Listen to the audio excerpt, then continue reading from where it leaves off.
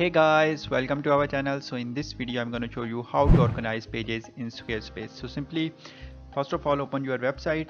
So here you can see this is my fashion website in Squarespace. So now I want to organize pages, like I have 4 pages here. So simply you can see these are our pages: contact, about, look back and shop. Now I want to organize them. Simply click on pages.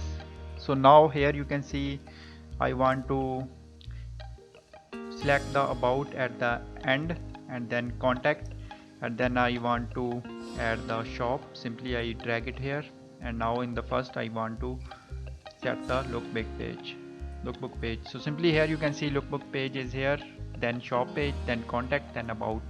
So in this way you can organize pages in Squarespace. So just keep in mind that as per the website rule you have to add the about section at the end, and then you have to add the contact pages, and then your whole website is pages in details. So in this way you can organize pages in Squarespace.